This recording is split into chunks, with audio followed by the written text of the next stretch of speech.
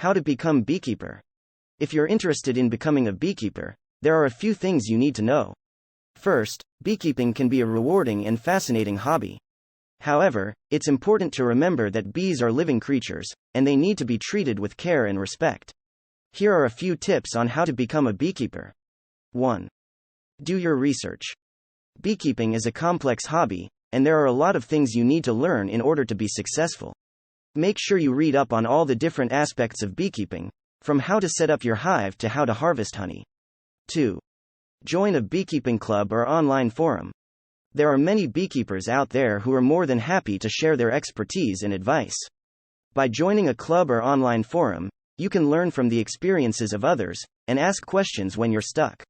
3. Get some hands-on experience. One of the best ways to learn is by doing. Find a local beekeeper who is willing to let you help out on their farm.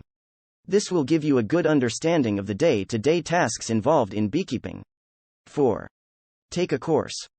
If you want to learn everything there is to know about beekeeping, consider taking a course.